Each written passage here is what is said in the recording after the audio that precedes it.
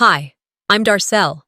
For 15 years, I paid every bill, mortgage, utilities, even my parents' medical insurance. And not once did they say thank you. Instead, they called me ungrateful when I finally said no. But here's the truth. Behind their smiles were ledgers, behind family was silence, and behind silence was a plan to use me until there was nothing left. So I did the one thing they never expected. I pressed cancel. And that's when everything broke. Want to know what happened next? I remember that Friday like it was carved into me. Alameda was in one of those quiet moods, the kind of early evening where the air smells faintly of ocean salt and grilled food from nearby houses. The streetlights were just starting to hum alive as I parked in front of my parents' house.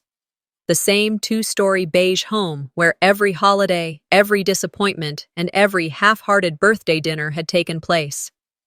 I sat in the car for a while before getting out. The fruit basket on the passenger seat looked ridiculous, too cheerful, too bright. Still, I grabbed it. Habit. I always brought something. My mother, Vera, hated when guests arrived empty-handed, and though I wasn't sure if I still counted as a guest or a daughter, I followed the rule. Inside, the familiar smell of pot roast mixed with disinfectant, my mother's scent of control. She appeared from the kitchen doorway, wiping her hands on a towel. "You're on time," she said flatly. No hug, no warmth, just observation. "Hi, Mom," I managed. I handed her the fruit basket. She looked at it, then at me. "You didn't need to bring this. You know we can buy fruit." I smiled thinly. "It's just a habit." "Some habits," she muttered, walking back into the kitchen, "are hard to break." The living room lights were dim, golden in that staged way my mom liked. Malric was already there, sitting at the table like the chosen one at a throne. He had that easy grin that charmed people who didn't know better. "Hey, sis," he said, waving like we were old friends, not siblings who hadn't spoken in weeks. "You made it." "I said I would," I replied, taking the empty seat across from him. He launched into a story about how he'd fixed a broken sprinkler for our dad last weekend. He made it sound like he'd rescued the entire property from collapse. Mom laughed at every beat. I nodded politely, pushing peas around my plate, trying to keep my tone light when I added, "That's great, Malric. Must have saved a few bucks calling a handyman." He shrugged. "Well, you know me. I like to help out when I can." I bit the inside of my cheek.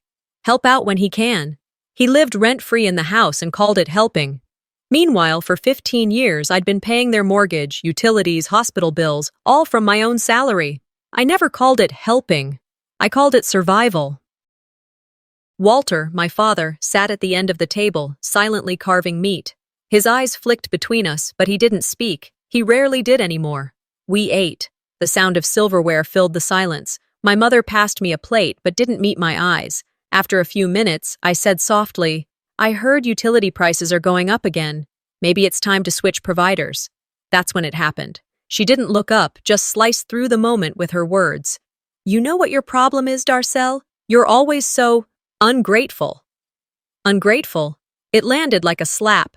My fork froze mid-air. Even Malric looked uncomfortable for a split second before smirking into his drink. My father's knife paused, then kept cutting. I forced a small laugh. "Ungrateful? For what exactly?" "For everything we've done for you," she said calmly, as if stating a fact. "We raised you, didn't we? We've given you more than enough." The air thinned. My throat closed. I wanted to remind her that she hadn't paid for my college, that she'd borrowed money from me when the roof leaked, that every birthday card from them came without a word of affection, only receipts and guilt. But I didn't. I just sat there, pulse thudding, face still. "I didn't realize gratitude had a payment plan," I finally said. Her lips tightened. "See? That's what I mean." Dinner went on. Malric took control of the conversation again, like always. He talked about his new car, his promotion at the family business, a job Dad had basically handed him. Mom laughed so loud it sounded rehearsed. Then she said it. The sentence that carved through me clean as glass. "That's why we always say we only really have one child," she chuckled. "Malric has always been here." The world tilted. It wasn't even shouted. It was tossed into the air like a punchline. I felt every muscle in my body stiffen. The laughter rang in my ears, dull and far away. My hands trembled under the table. I looked at Walter. He stared down at his plate like there was something fascinating in the mashed potatoes. He didn't correct her. He didn't say a word. I swallowed hard, trying to keep my voice even. "Good to know," I said. "I'll make sure not to show up uninvited again." No one responded. The rest of dinner blurred. The roast was dry, the salad wilted, but I chewed anyway, just to give my hands something to do. I nodded when expected, laughed once out of reflex. After dessert, I helped clear the dishes. Mom didn't stop me, didn't thank me either. The air was thick with things none of us said. I slipped my jacket on and walked out the front door without a goodbye. Outside, the air hit cold and sharp. I breathed in deep. My heart felt like it had been scooped out and replaced with something heavy. In the car, I sat for a long time before starting the engine. The street was quiet, just the hum of a neighbor's TV through open windows. 15 years. 15 years of transferring money without question. 15 years of pretending that every check, every auto payment, every "thank you, sweetheart" on the phone meant something more than obligation. My hands gripped the steering wheel. I could still hear her voice. That word echoing again and again. Ungrateful.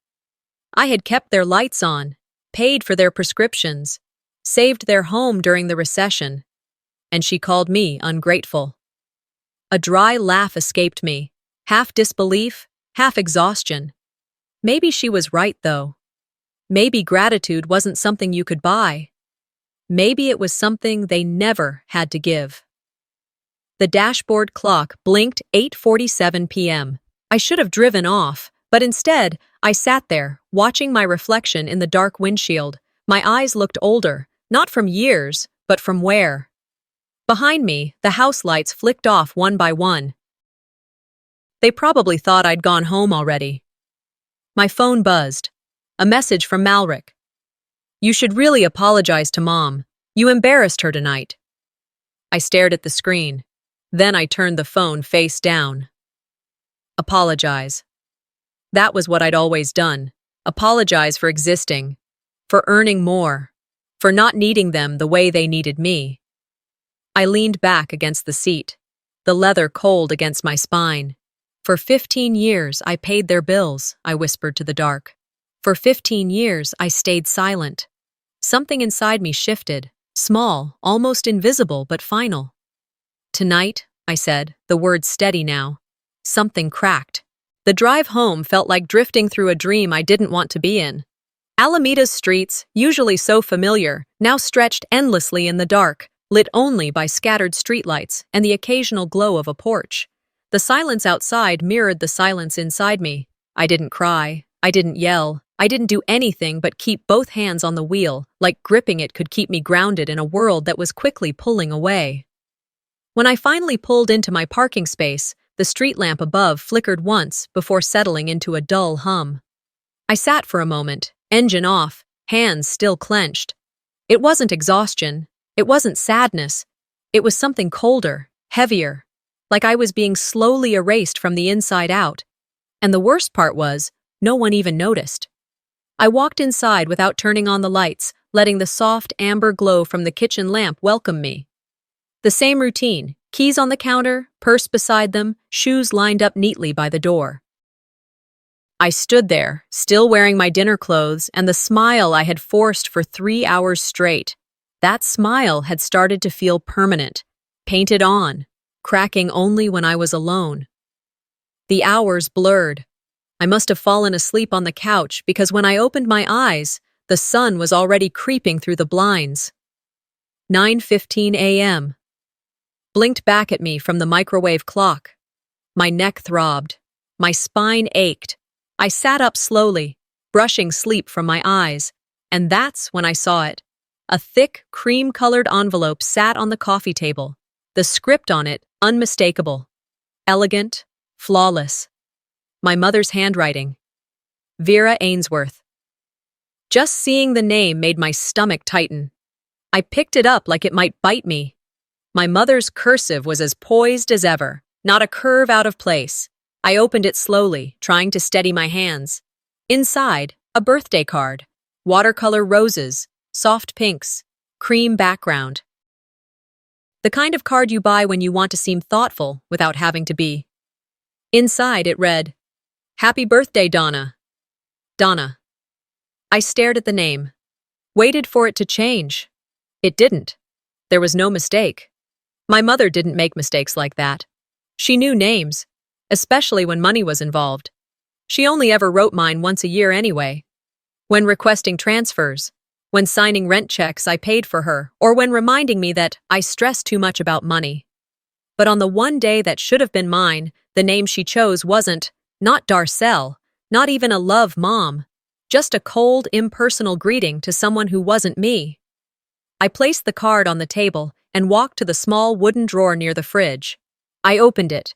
Inside were cards from past years, all mismatched, some misspelled, many addressed to other names, Deborah, Denise, Donna. Like I'd been a rotating character in her life, someone too replaceable to remember. I slid the new card in with the others and shut the drawer. The sound it made, soft but final, stuck with me. The coffee machine hissed and gurgled. I poured myself a cup, let the warmth sit between my palms. The silence of the apartment pressed in, too quiet, not peaceful, just proof that no one was coming, no one thinking of me unless there was something they needed.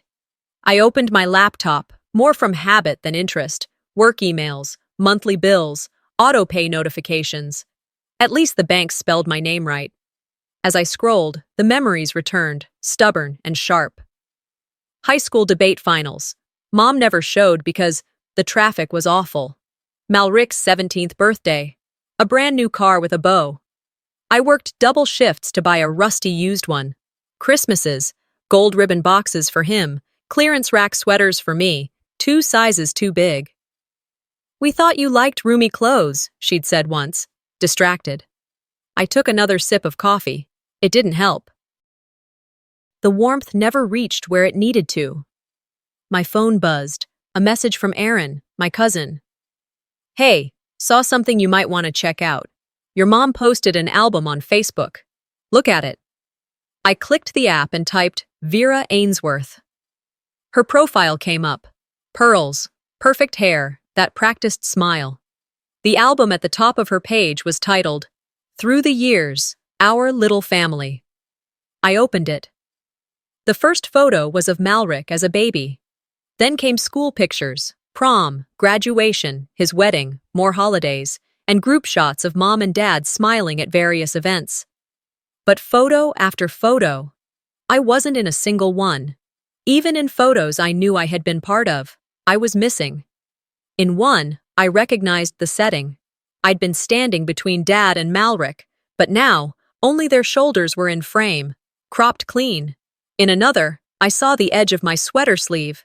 Just that. They had gone out of their way to erase me. I stared, disbelieving. This wasn't forgetting. This was a rewrite, a deliberate edit of history where I never existed. A family story with a hole in it, shaped exactly like me. I scrolled to the bottom. Comments read, "Beautiful family. So blessed. Such love here. What a legacy. Blessed. Legacy. Love." I almost laughed. For a moment I hovered over the comment box. I wanted to scream in text, "You cropped your daughter out." But I didn't. They'd delete it. Or worse, pretend it wasn't personal. Instead, I saved every photo. Not because I needed proof. I had memories for that. But because I needed something. A record of my absence. I sat there, staring at the screen, until the sunlight shifted across the floor. My coffee had gone cold. I stood slowly and walked back to the drawer, pulled out the latest birthday card. Donna. Flipped it over, price tag still half attached. She hadn't even bothered to remove it. Something about that sticker broke me more than the name did. I walked back to my laptop. Opened the transfers, the messages, the receipts, every payment, every dollar sent, every line addressed to me. Darcel Ainsworth. They knew my name when it was convenient. I opened my texts with Mom. The most recent. Can you send $350 for the utilities? We'll pay you back. No please, no thank you, no how are you? Just a request. Like always. I locked the phone and placed it face down. Enough. I stared out the window as evening crept in, soft light spilling across my apartment. Everything here had my name on it. The lease, the bills, the debt, the life. And yet, to them, I was no one. But maybe that erasure was a gift. For the first time, I saw it clearly. They didn't forget me. They chose to cut me out. That's when something inside shifted. Not a breakdown, a reawakening. A quiet, growing flame that whispered, they may have deleted me from their version of the story, but I'm writing my own. The night after I realized the truth, sleep didn't come. I sat by the window long after the world had gone quiet, watching headlights drift like ghosts along empty streets. Somewhere between the hum of distant traffic and the tick of the kitchen clock, it all crystallized. Not rage, not a plan for revenge, just the raw need for answers. By morning, I was dressed in neutral tones. A navy blouse, pressed slacks, something clean, controlled. I didn't want emotion coloring the facts. Alameda's downtown greeted me with its usual sleepy charm. Sunlit sidewalks, retirees outside the diner sipping coffee and murmuring about baseball. They had no idea that not far from them, a woman was about to learn how completely her own family had erased her. The lawyer's office was tucked between a tax service and a real estate agency. The door chimed as I walked in. A silver-haired receptionist offered a polite smile. Name? Darcel Ainsworth, 10 o'clock. Estate review. She nodded, tapped a few keys. Mr. Perkins will be with you shortly. I waited, flipping through a magazine I didn't read. When the lawyer appeared, a man in his 50s with rimless glasses and a calm demeanor, he greeted me with gentle professionalism. Darcel, come on in. His office smelled like paper and carpet cleaner. He gestured toward the chair across from his desk and opened a folder with my family's name on the tab. My stomach tightened. Your parents asked me to update the will recently, he began. They said you were aware we'd be going over the details today. Sort of, I said. In truth, all I'd gotten was a vague text from my mother. We're updating some things. Nothing to worry about. He read something, then hesitated. His expression softened, the kind professionals use when they know they're about to ruin your day. I'm not sure how to say this delicately. You're not listed as a beneficiary. I froze. I'm sorry, what? He turned the file toward me. The entire estate, the house, bank accounts, investments, is left to your brother, Malric. There's a clause here that says, we trust Darcel is well cared for and independent. That's all. Independent. The same word they'd used when I was 17, working 2 jobs to cover tuition. When I stopped asking for help because it turned into lectures, I kept my voice steady. Not even a letter or personal note? I'm afraid not, he said, clearly uncomfortable. Sometimes families assume the child who's doing well doesn't need anything, but legally, it's all in your brother's name. I stared at the signatures at the bottom of the page, Vera and Walter Ainsworth. Their cursive looked elegant, cold. May I have a copy? I asked. Of course. He printed it, slipped it into a folder, and handed it to me. Take care of yourself, Ms. Ainsworth. Yeah, I murmured. That's what I've been doing. Outside, the sun was out, but the air felt sharp. I sat in my car with the folder on my lap, unmoving for minutes. Then I started driving. I didn't cry. I just remembered every payment, every emergency. When Dad was hospitalized during the pandemic, I emptied my 401k to cover it. They said they'd pay me back when things settled. They never did. At a red light, I whispered, they took everything and gave me silence. The light turned green. I stayed still a moment longer. Back in my apartment, I placed the folder on the coffee table and went straight to the kitchen. I poured a glass of water, but didn't drink it. I just stood, staring out the window. A bird landed on the railing and pecked at crumbs. I envied its freedom. Then my phone rang. Malric. For a second, I wanted to let it go to voicemail, but I didn't. Hey, sis, he greeted, far too cheerfully. Mom said you were with the lawyer today. How'd it go? You knew, I said quietly. A pause. Knew what? That I'm not in the will. He chuckled, not even hiding it. Well, yeah, come on. You're fine. You're the one with the good job. I'm the one handling things here. Handling things? I asked. You mean living in the house I paid for? His tone hardened. Don't make this about money. Just because you helped with bills doesn't mean you get to throw it in our faces. I didn't want control. I wanted respect. He sighed. You always want a medal for everything. What did you buy with that money, Darcel? Just bills. I got the legacy. A silence followed. Clean. Final. You can keep it, I said, then ended the call. I stared at the blank phone screen in my palm. My reflection in it looked like someone I didn't recognize, tired, distant. Later that evening, I opened my laptop. The glow from the screen illuminated the dark room. I logged into my banking app. Line after line of transactions stared back at me. Mortgage, insurance, utilities, all tied to them, all under my name. I hovered over autopay settings. I didn't click yet, just watched. I wasn't crying. I wasn't shouting. I was focused, controlled, like a door had finally closed behind me, and I wasn't turning back. They never even asked, I whispered. They just assumed. I clicked. The list of payments loaded. Mortgage, next due, March 1st. My finger paused over cancel. Not tonight, but soon. I shut the laptop and looked at the folder still sitting on the coffee table. My name wasn't in it, but my fingerprints were all over the life they built. I used to think love meant giving until you were hollow. Now I knew better. Sometimes love is what you stop giving. The lights went out. The apartment sank into quiet shadow. The city beyond my window still moving, still whispering. And everything they once expected from me was about to vanish. Sleep refused to come. I lay in bed, eyes open, watching faint stripes of city light crawl across the ceiling. The refrigerator hummed in the distance, a lonely rhythm in the quiet apartment. Every time I shut my eyes, that folder haunted me. My name, absent from every line, like I had never belonged. By the time sleep finally took me, dawn was already bleeding through the blinds. I couldn't have been out for more than 2 hours when my phone buzzed sharply on the nightstand. Groggy, I reached for it. The screen glowed with a name I hadn't seen in a while. Lorraine. We weren't close. She was my cousin on my mother's side. The kind you see at family barbecues and send obligatory birthday texts to.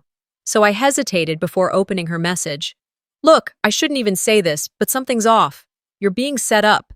I sat up, instantly wide awake, heart already pounding. Set up? I reread the message, twice, then a third time. I wondered if she meant to send it to someone else. Then, another bubble popped up.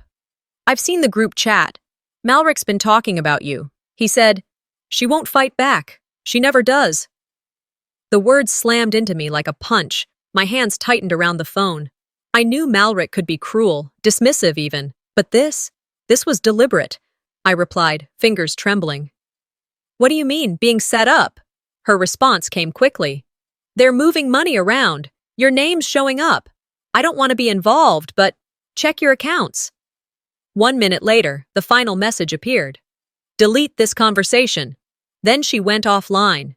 I sat in stunned silence, the phone screen fading to black. Dread thickened in my chest, slow and suffocating.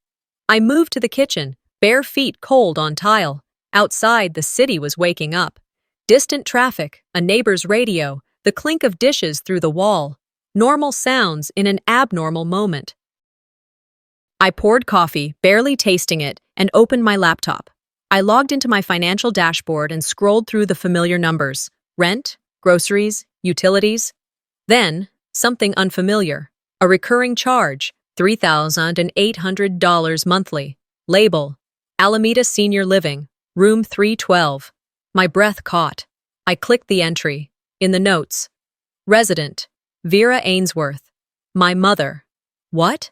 The payment stretched back 6 months. I hadn't signed anything. I hadn't even known she was in a senior facility. I opened the account holder file. Primary financial guarantor, Darcel Ainsworth. What? I whispered. My eyes darted to the digital signature. It mimicked mine, but it wasn't mine. I pulled up the county's public records. A few clicks later, the screen displayed responsible party, Malric Ainsworth. He had signed her in, listed himself as the contact, but made me the one paying for it. I grabbed my phone and called the billing number. A woman answered cheerfully. Alameda Senior Living, this is Grace. How can I assist? Yes, hi, I said. This is Darcel Ainsworth. I noticed charges under my name I don't recall authorizing. Can you verify? She paused, typing. Yes, you're listed as the financial manager for Mrs. Vera Ainsworth. Your brother, Mr. Malric Ainsworth, submitted the forms. And he said I handle the finances? That's correct. I swallowed. Thank you. I hung up. They'd used me, not passively. Intentionally, strategically.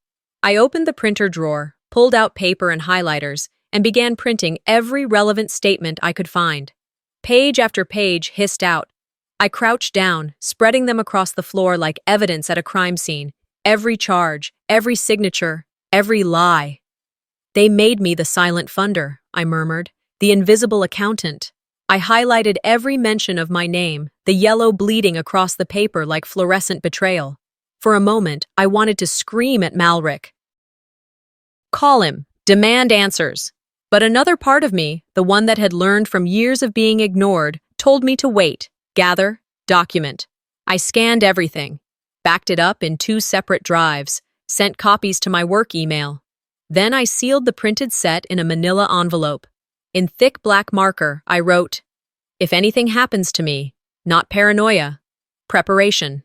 By the time I looked up, evening had settled. The city outside glowed in blues and golds. I made tea, stood by the window, and watched lives unfold in the apartments across from mine. Warm, ordinary lives untouched by deceit. I thought about Lorraine, her quick warning, her sudden silence. She might have regretted saying anything, but she gave me what I needed, a glimpse behind the curtain. I glanced at the locked drawer, where the envelope now sat. If they try again, I whispered, they'll learn I've been watching too. Then I turned off the lamp and let the dark settle around me.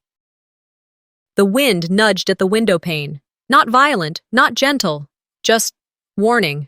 Sleep barely brushed me that night. I sat on the edge of the couch until the sun rose, surrounded by papers, utility statements, check copies, bank transfers, old texts I should have deleted years ago but didn't. The envelope lay on my desk, humming with quiet defiance in the pale morning light.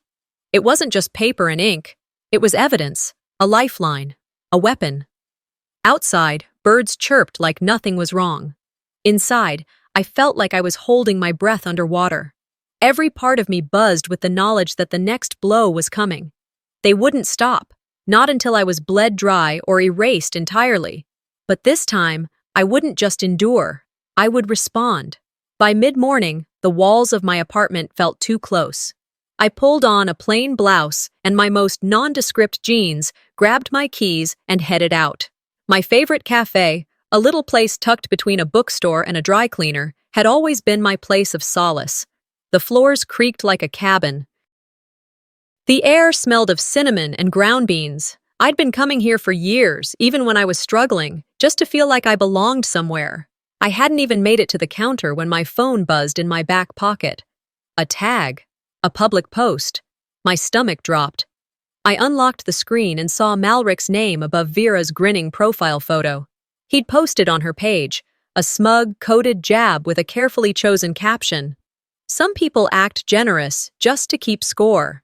True family doesn't need receipts. My jaw clenched. There it was. Another vague, cruel dig disguised as wisdom. Another strike in the war of silence and gaslighting. And people, dozens of them, had already liked it. Distant relatives I hadn't spoken to in years, old friends of my parents who never knew the full story. My fingers trembled slightly as I took a screenshot. For a second, my thumb hovered over share. I could have blasted the truth right then. But no, not yet. When I shared, it wouldn't be petty or emotional. It would be deliberate, Unmistakable. I deleted the screenshot and ordered a latte. The barista slid it across the counter without a word. I took my usual seat by the window, the one that let me watch people go by, free, unaware. I cupped the warm mug and just stared at the steam, letting it rise and vanish. 15 years. 15 years of quiet transactions, late-night bill payments, and phone calls where I was thanked with clipped tones and told, "Don't tell Vera." I thought of the months I went without buying myself new shoes just so their mortgage would be covered on time. I thought of the times I paid the heating bill so they wouldn't freeze, even when they didn't ask, or thank me, because they didn't see it as kindness, they saw it as duty. I didn't finish the drink. I left the cafe with the bitter taste still lingering and walked the few blocks back to my apartment, but I didn't go inside. Not yet. Instead, I turned my car toward the modest community center on Maple Street, the one Vera had rented for her latest charity event. Dinner for local literacy, the flyer had said. A noble cause for public image. It was the kind of thing she adored. Being seen, giving, not giving itself. They hadn't invited me. Of course they hadn't. But I was done waiting for invitations to my own life. When I stepped through the doors, the smell of roast chicken and lemon-scented candles greeted me. A soft murmur of voices floated through the hall. People in semi-formal wear milled around, drinks in hand, faces polished with polite conversation. I walked with calm, deliberate steps, nodding at the occasional acquaintance who offered confused smiles. Walter was seated near the front, dressed in a gray suit that didn't quite fit, posture upright but tired. Vera stood nearby, mid-sentence, a navy dress wrapped tight around her frame, her hair pinned too precisely. Their voices stopped when they saw me. I smiled. "Evening, Dad," I said. Walter blinked, surprised. "Oh, Darcel, you're here." Then he turned his head slightly and said, loud enough for nearby ears to catch, "She's the bank teller, right?" The air shifted. A laugh from someone near the buffet died halfway. A woman holding a glass of white wine coughed, clearly uncomfortable. "Bank teller?" I repeated, the words sharp and quiet. "Dad, I'm the one who's been paying your bills for over a decade. Mortgage, utilities, the medical bills. Do you remember those?" He hesitated. Vera's lips pressed into a thin, silent warning. I didn't wait for a response. My heels echoed across the floor as I approached the small stage at the front of the room. The microphone stood like a challenge. I didn't plan to speak, but sometimes silence surrenders too much. I stepped up and tapped the mic. It crackled. Heads turned. Conversations stopped.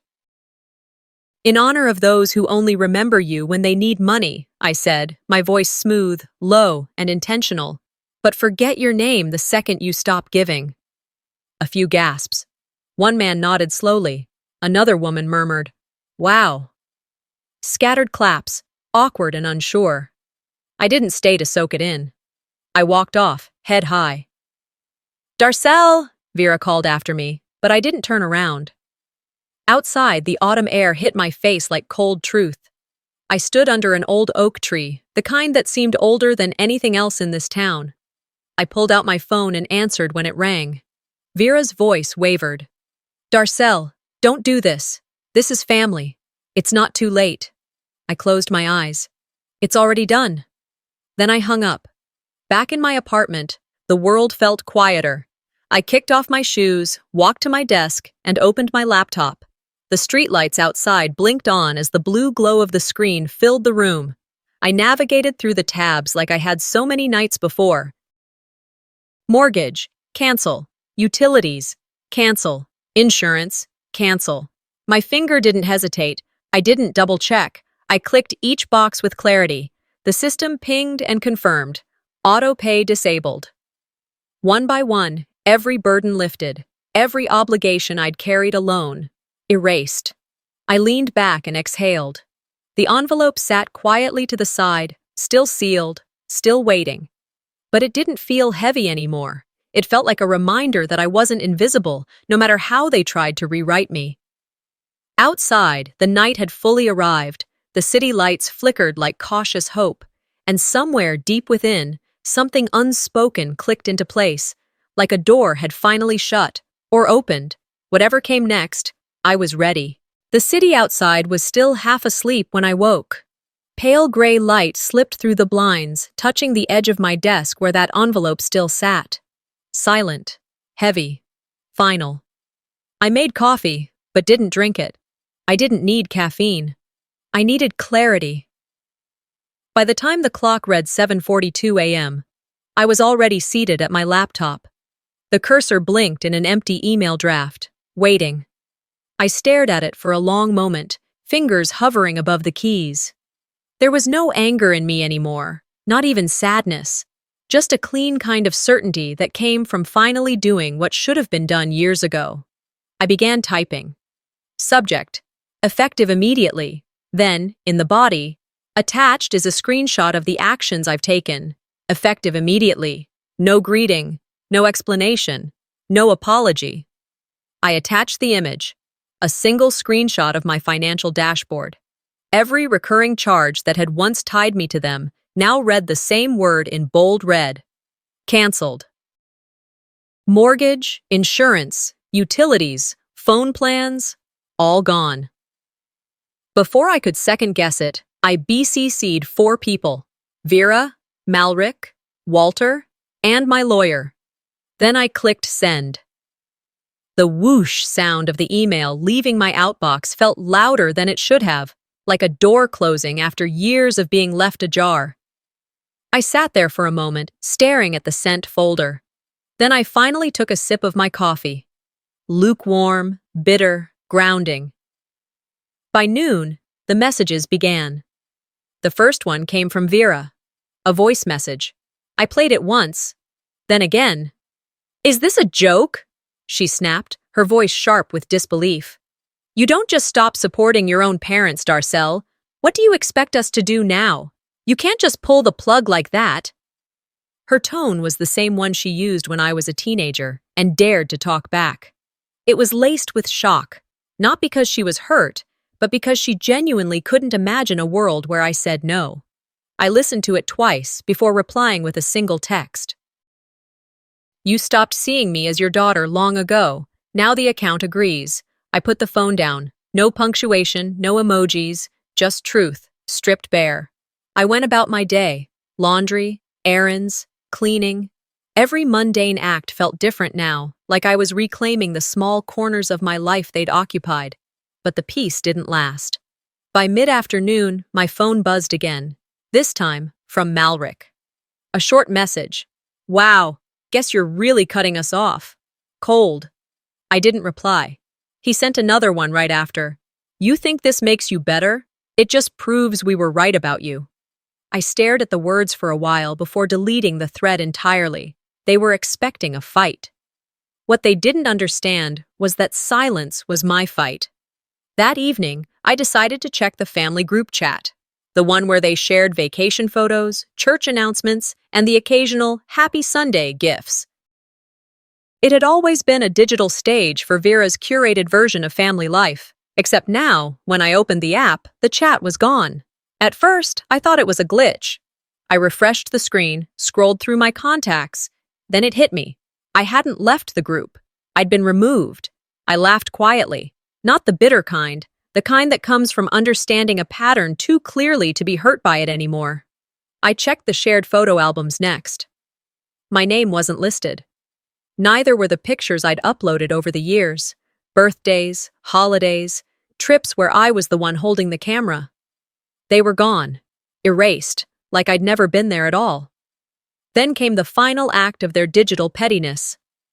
A notification. "Malric has blocked you." I sat back, letting the glow of the screen fade against the evening light. The sound of the refrigerator hum filled the silence. "They really thought guilt would make me come back," I said softly to no one. I reached for my tea, took a slow sip, and whispered, "This isn't revenge. This is release." Days passed quietly. I went to work, answered emails, came home, cooked dinner. The world didn't fall apart, even though they acted like it should have. The quiet in my life felt strange at first, almost too big. But it wasn't empty. It was space. I noticed small things again. The creak of the floorboard near the kitchen, the way sunlight hit the corner of my bookshelf in the late afternoon, the rhythm of my breathing when the apartment went completely still. It had been years since I'd lived a day without anticipating their next request, their next crisis, their next need. But on the fifth day, the silence shifted. That morning, while I was sorting through a stack of unopened mail, my phone buzzed. Vera's name lit up the screen. I froze. The call rang once, twice, 3 times. For a moment, habit kicked in. The part of me trained to respond, to fix, to soothe. My hand twitched toward the phone. Then I stopped. I watched the screen dim as the call went to voicemail. I didn't check it. Instead, I poured myself another cup of coffee and sat by the window. The sky outside was pale and soft, the air unusually still. They never expected this. My quiet. My refusal to perform the role they'd written for me. I thought about the words Lorraine had sent weeks before. You're being set up. Maybe she was right. Maybe all of this had been leading to that one moment. A trap I was supposed to walk into again, willingly. But instead, I stepped out of it. I opened my laptop, scrolled through my inbox. No new messages from them. No apologies. No, we didn't mean it. Just silence. The kind that stretches long and heavy, like snow settling over everything you used to recognize. And strangely, it didn't feel like loss. It felt like air. I leaned back in my chair, eyes on the quiet world outside, and smiled. Not wide, not triumphant, just enough to know I'd finally chosen myself. They never expected silence to be my loudest answer, I said under my breath, and for once, that silence answered back. Peaceful, certain, absolute. But silence has a cost, and they were about to pay it in full. Weeks passed, and with them, a strange stillness settled into my life. My phone stayed silent. My inbox? Empty. I woke, worked, paid bills, cooked dinner, went to bed, and repeated. To the outside world, nothing had changed. But inside, everything had. There was a quiet power in the distance I had carved out for myself. And yet, that silence wasn't peace. It was pressure, waiting to burst. Then, on a gray Thursday morning, the dam cracked. I stepped into my office, latte in hand, when I noticed the red blinking light on my desk phone. 3 new voicemails, all from familiar numbers. I pressed play. The first. Darcel, it's your mother. Please, we're in trouble.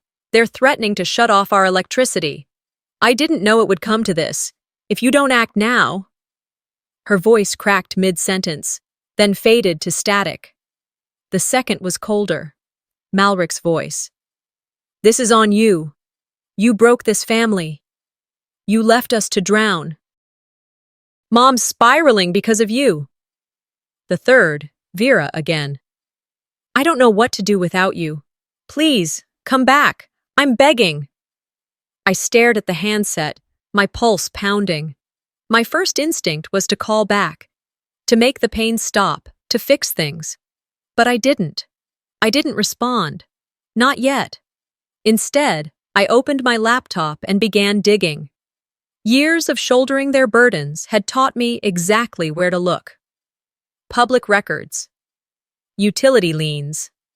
Court databases. Within an hour, I found it. Foreclosure notice filed. The house I once called home, where I scrubbed floors, cooked dinner while they watched TV, paid bills with my overtime pay, was now on the edge of being taken. HOA fees unpaid. Mortgage slipping behind. No one had told me, but they didn't need to. My absence had become a vacuum they couldn't fill. My name wasn't on the deed, but I had been the glue holding it all together. Without me, it was crumbling. I didn't feel joy. I felt vindication. A painful, aching vindication. I printed the notice, scanned it into a PDF, then attached it to the family group chat. No words, no commentary, just truth. Let them choke on it. 5 minutes later, a message lit up my screen. Vera's blood pressure spiked. She's in urgent care. Not, we're sorry. Not, how did this happen? Just another manipulation, another pawn on their board. I didn't reply. I wouldn't be baited. That night, I sat in my living room with a glass of wine and my journal. It had become my ritual, documenting every moment I resisted the guilt, every voicemail I ignored, every time I chose myself instead of running back to a fire they started. Then came the knock. Soft, deliberate, not like a neighbor's. I opened the door. No one. Just an unsealed envelope on the mat, no stamp, no return address. My name wasn't on it, but something told me it was meant for me. Inside was a single folded letter, written in elegant cursive. The kind of penmanship you only saw in old wedding invitations and yearbooks. I always wondered if Vera ever told you about the baby she left behind in 1976. You were never her first daughter. She gave her up years before she met Walter. Signed, Adelaide. Adelaide. I knew that name. A distant whisper from childhood. The friend my mother had fallen out with. Someone once described her as a bad influence. Now I wondered if she had simply known too much. I read the letter again. And again. On the third time, the nausea turned into a strange, bitter clarity. I had spent decades trying to earn my place in a family that had always treated me as second tier. Disposable. Replaceable. I thought I was the first one my mother had erased, but I wasn't. She had done it before. She had already perfected the art. Suddenly, all those years of feeling unseen made sense. I was never meant to fill a daughter's place. I was a second chance at doing things right. When I disappointed her, she did what she always did. She wrote me off. I looked out the window, city lights twinkling below. I wasn't crying. Not this time. I felt something else. Release. This wasn't about me being broken. This was about her being incapable of real love. My wounds weren't proof of failure. They were proof of survival. I made a copy of the letter, printed it, and slid the original into a plain white envelope. On the front, I wrote one name, Malric. No return address, no note, just the truth. I dropped it in the mailbox under the cover of darkness. Back home, I curled up on the couch, staring at the quiet hum of my phone. Nothing yet. But I knew the impact would come. It always did. As I got into bed that night, I rested my palm over my heart. For the first time in a long time, I felt it beating for me. Not for them. I whispered into the silence, "Let's see how golden he feels when he learns he wasn't her first son either." Morning arrived not with fanfare, but with a soft hush. No birdsong, no traffic horns, just the low mechanical hum of the air conditioner and the faint light of dawn pressing its way through the blinds. I lay still for a moment, staring at the ceiling, feeling the quiet settle over me like a soft blanket. The turmoil of the past few days had ebbed, not entirely vanished, but transformed into something sharper, clearer, a strange kind of calm that comes when there's nothing left to fear. I slid out of bed and padded across the room toward the desk. There, where I'd left it last night, lay the envelope, cream-colored, thick. The flap sealed tight, its edges curling slightly. It contained my statement, the truth I had finally stopped shrinking from, addressed and mailed to everyone who once thought they held power over my silence, my cousins, my mother, my siblings, anyone who believed they could rewrite my life without me. Just as I reached out to touch the envelope, a knock shattered the stillness. I froze. I wasn't expecting anyone. My heart quickened, not in panic, but in something quieter, like anticipation. A storm's final gust before everything stills. I crossed the room, bare feet silent on the wooden floor, and peered through the peephole. It was Vera. Her figure, once always composed and controlled, was slouched. Her usually impeccable hair looked slept on and forgotten. Her face, my mother's face, was bare of makeup, swollen around the eyes. She looked human. "Darcel?" she called softly. "It's me." I hesitated. For a second, I considered pretending not to be home, but something about her voice, it didn't sound like Vera, not the woman who used to cut me down with polished words and icy glances. Not the woman who had once told me I should be grateful for the scraps of belonging she allowed. I opened the door, just enough to see her properly. "Can I come in?" she asked. Her voice was smaller than I'd ever heard it. I stepped aside without replying, letting the door swing open fully. She walked in slowly, her gaze sweeping the apartment as if she didn't know where to rest her eyes. There was something lost in her, like someone searching for a memory in a place long abandoned. Then I saw what she held. An envelope. Not mine. This one bore handwriting I recognized instantly. My father's. She extended it toward me, the edges slightly crumpled, as if she'd held it too tightly on her way over. "He left you something," she said. I took it, the weight of it surprising. There weren't many things left my father could give me, but this felt real. It was the first thing of his handed to me without condition, without strings. I held it in both hands. Neither of us said anything for a moment. Then she asked, "Do you still call me mother?" The words lingered in the air like smoke. Heavy. Dense. I looked at her. Really looked. Not just the image of my mother, but the woman standing in front of me, a woman now confronting the daughter she had ignored, used, and silenced.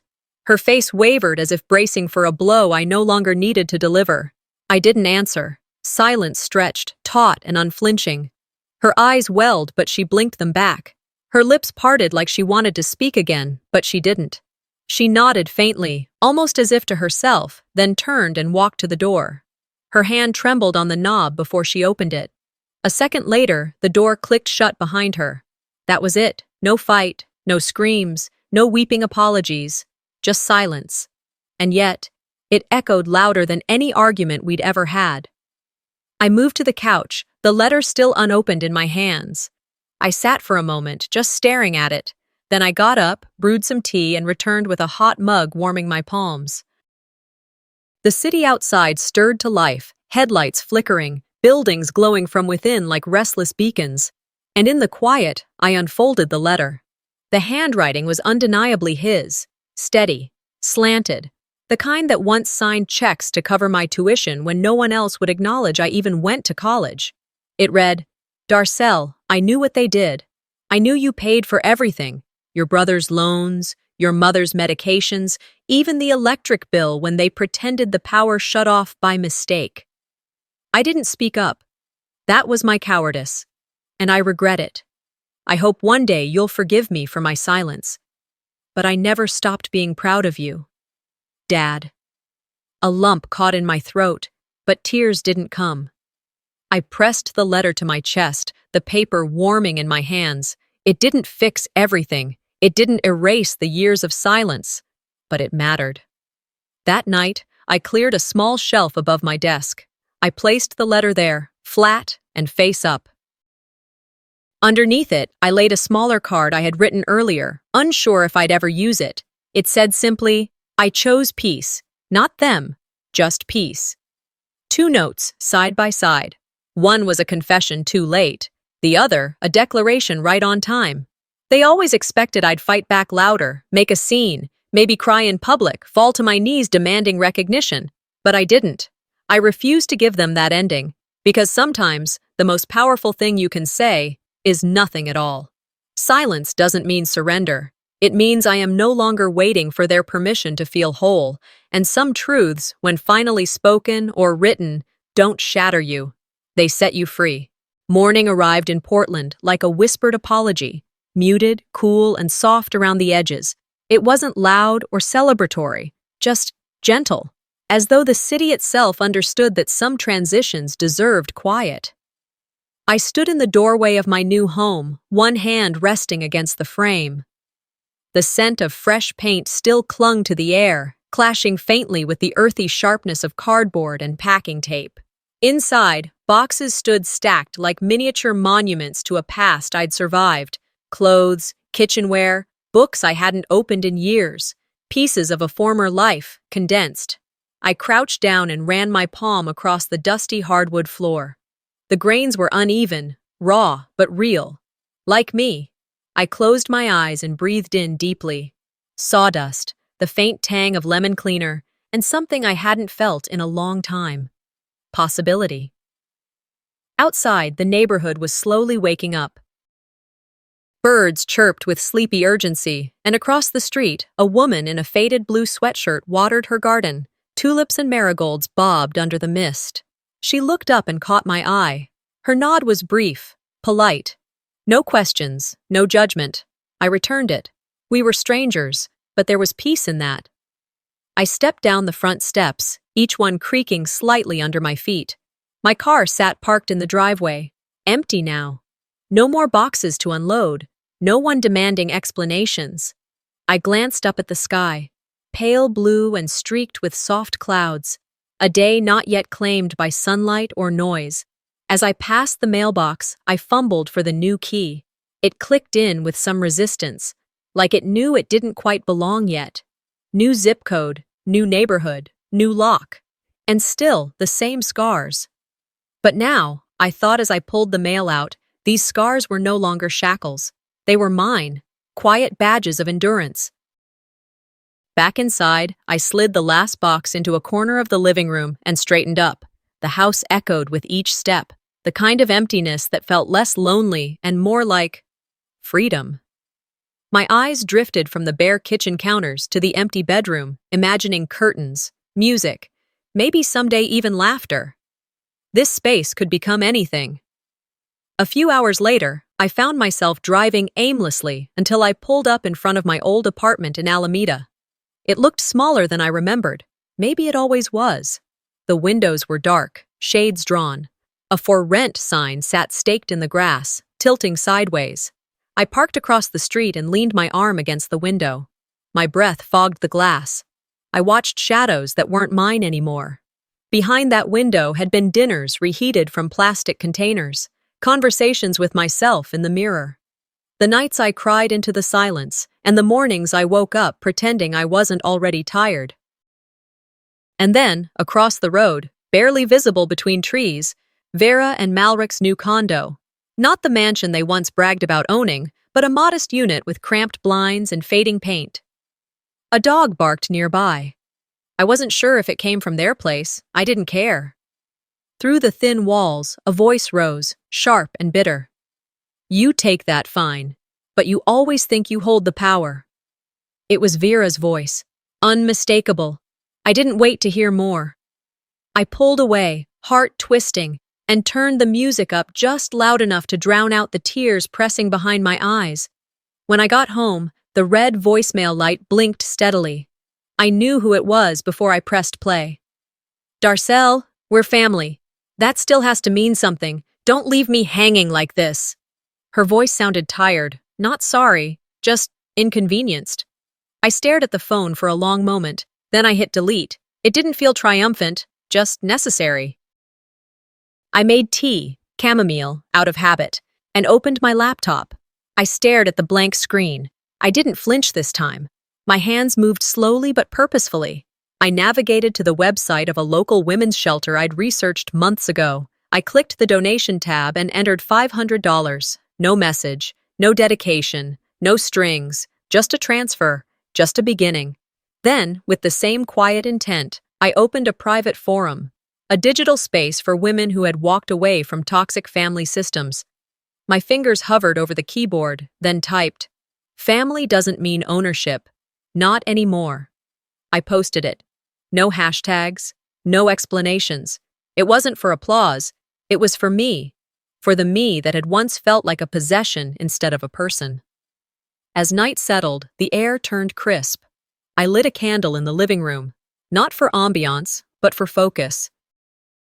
Then I set up my microphone and unfolded a handful of scribbled notes I'd written weeks ago during a sleepless night. I adjusted the mic, checked the levels. This wasn't just therapy anymore. It was purpose.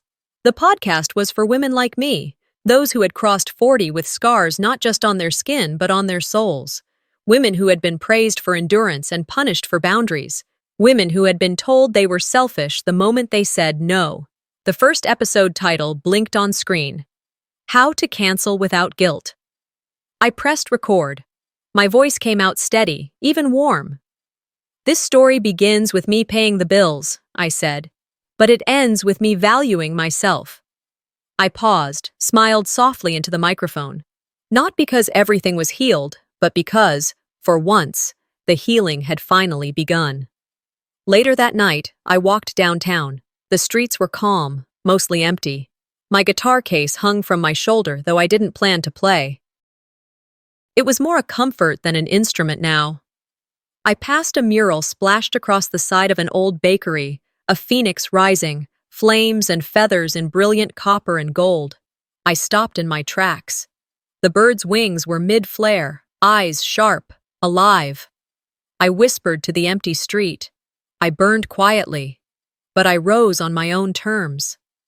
Then I took a step, and then another, and I kept walking. Sometimes, the hardest decision isn't choosing to walk away. It's choosing to stop explaining why you had to. Darcel's story reminds us that love without respect is just control in disguise. Have you ever been made to feel guilty for setting a boundary that saved your sanity? Tell me in the comments, and if stories like this resonate with you, don't forget to subscribe to the channel. More real-life family stories, full of heart, truth, and healing, are coming your way.